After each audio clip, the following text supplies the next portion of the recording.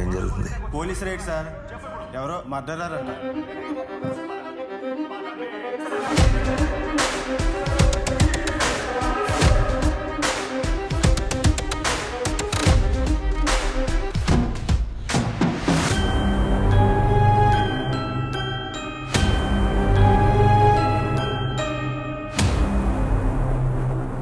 పక్క గదిలోనే మర్డర్లు ఉన్నారంటే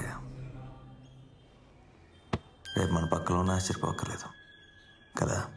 అంతే సార్. చెక్అవుట్.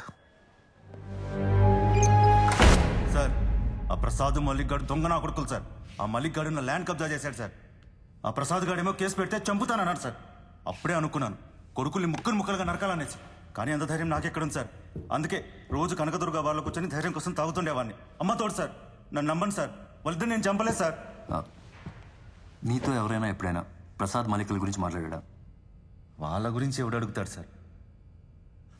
నెల క్రితం అనుకుంటా సార్, బార్లో కూడా కలిశాడు.